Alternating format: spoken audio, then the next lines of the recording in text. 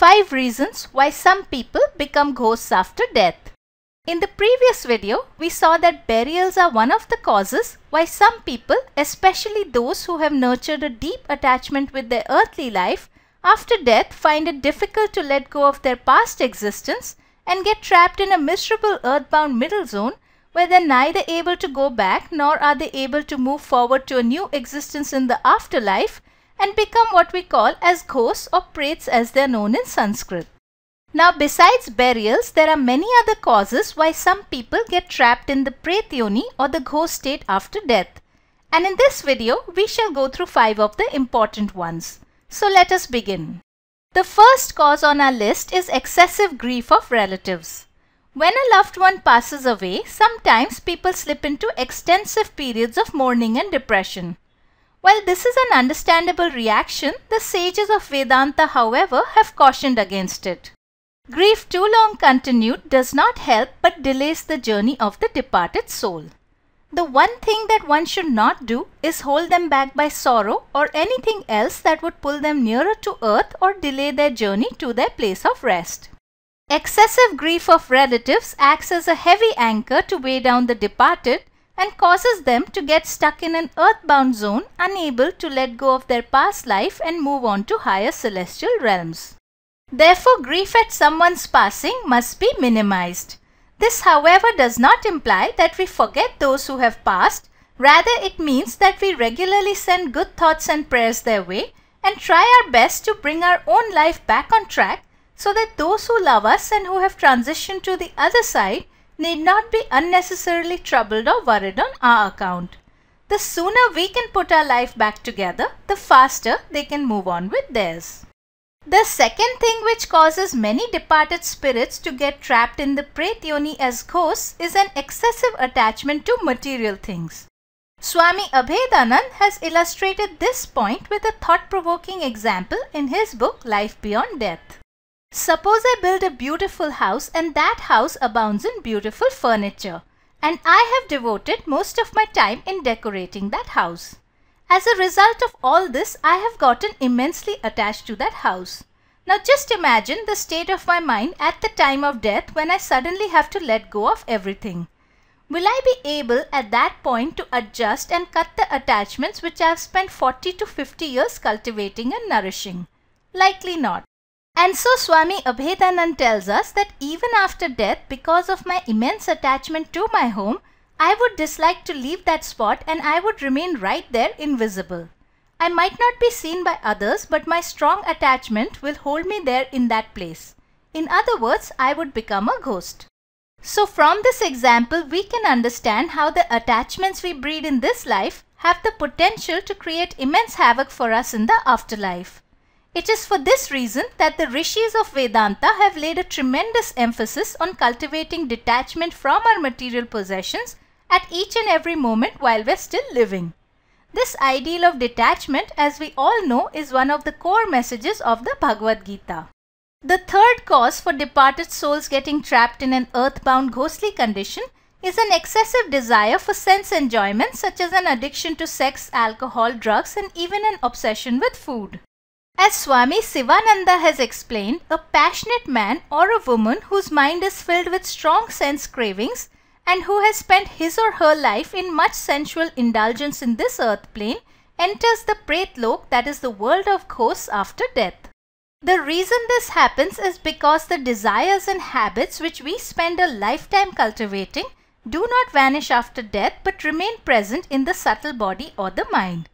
And the mind, as I have explained in an earlier video, survives the death of the physical body and journeys on with the soul after death. Now in the case of people who have lived a self-controlled, morally upright, spiritual or religious life, such people, because they have kept their sensual desires modest and have filled their mind with higher ideals while living, therefore after death they find it easy to cut their attachments and are able to journey on to higher spiritual realms, commonly referred to as heaven in most religions. In Hinduism, these heavenly realms are called Swarga or Pitrilok, the realm of the ancestors. Here the souls enjoy the fruits of their good deeds and after a period of rest they prepare for their next birth. Now later in this video, I shall list out some very rational points about what heaven and hell really are, as explained by the sages of Vedanta. But for now, let us carry on with our discussion and see why those with excessive sensual desires become ghosts after death. So in the case of people who have spent their whole life catering to sensual cravings and whose minds are entirely saturated with animal passions, in the case of such people, even after death, these lower desires dominate their mind, and as a result, these souls remain earthbound looking for means to fulfill their animal passions. To understand this point better, consider the example of a person who has spent his entire life satiating his desires for alcohol and sex. Now, after death, such a person's mind would still be filled with these very same longings. He will still want to eat, drink, and enjoy with women. But after death, he will find that he no longer has the means, that is the physical body, to fulfill these desires. For example, now he can no longer walk to a bar and drink liquor, but the longing is still present in his mind.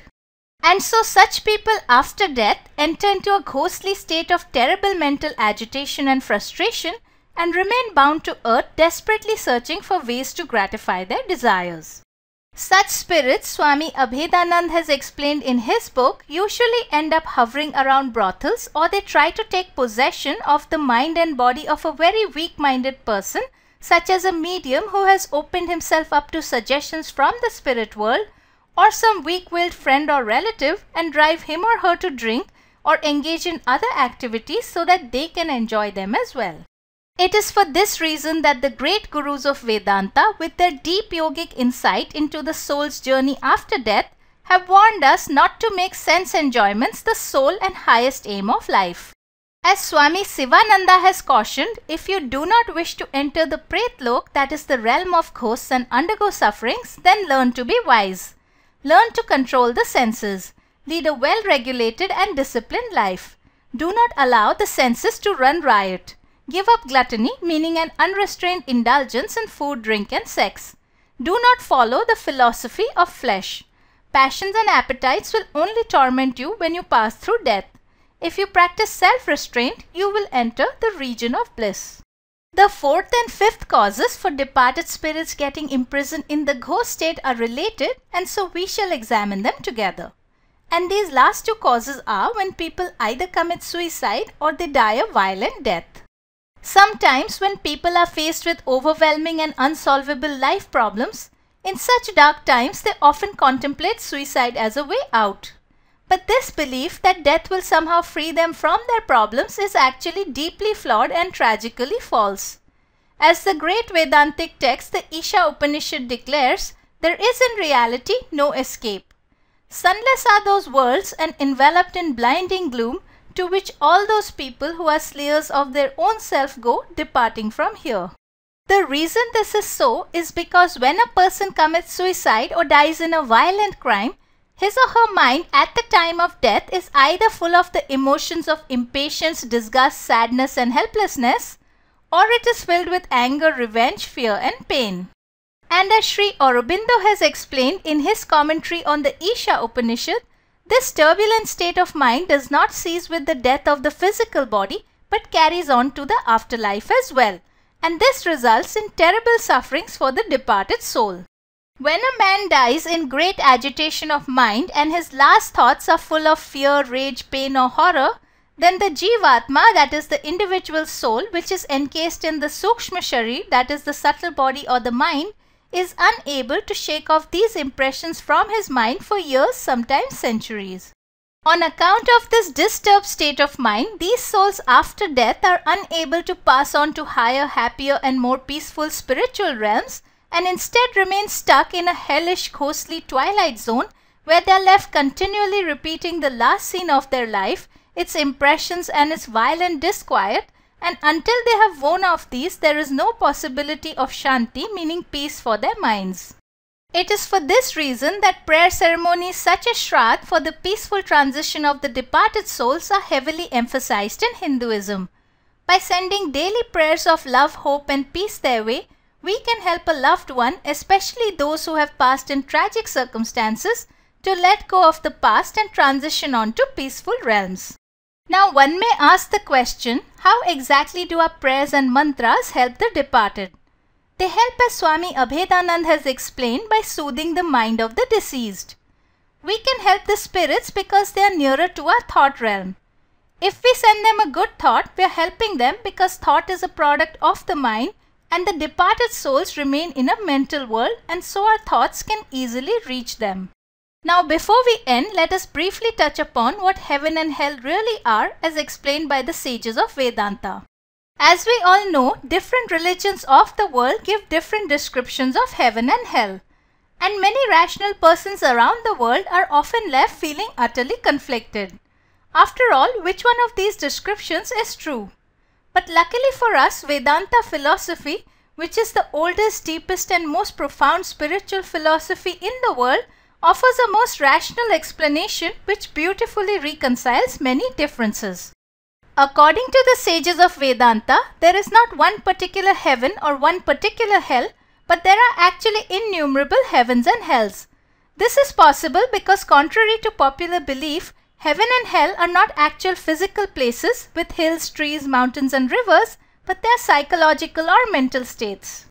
Remember that the mind accompanies the soul after death, and so after death we actually live in a mental world.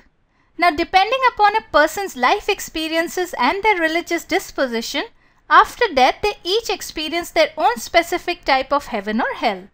For more details on how this happens, I would highly recommend reading the book Life Beyond Physical Death by Shriram Sharma Acharya and the book Life Beyond Death by Swami Abhedananda. Now, since heaven and hell are mental states, therefore the sages of Vedanta say that they are not permanent. What this means is that no soul can reside in heaven eternally or be condemned to suffer in hell forever, but must necessarily reincarnate from all these heavenly and hellish states in order to continue on with its evolutionary journey, fulfill its desires and work out its karma. Lastly, even though heavens and hells exist, the sages of Vedanta tell us that they are only lower spiritual realms which ordinary unenlightened souls experience. Highly evolved souls after death attain to much higher celestial realms which ordinary souls cannot reach.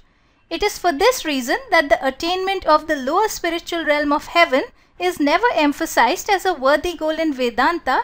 Rather, the sages lay the utmost stress that each individual strive to attain to the highest spiritual realm of the infinite Satchitananda consciousness, the true and everlasting ocean of God. This brings us to the end of this presentation. If you'd like to see more such videos, then be sure to subscribe. Now, the best way to subscribe is actually to go over to the Spiritual Bee website at www.spiritualbee.com and submit your email in the subscription box in the sidebar. That way, every time I release a new video or an article or put out free spiritual books, you will receive an alert in your inbox. So go ahead and subscribe, and we shall meet again in the next video. Meanwhile, here are some wonderful posts on the website for reading.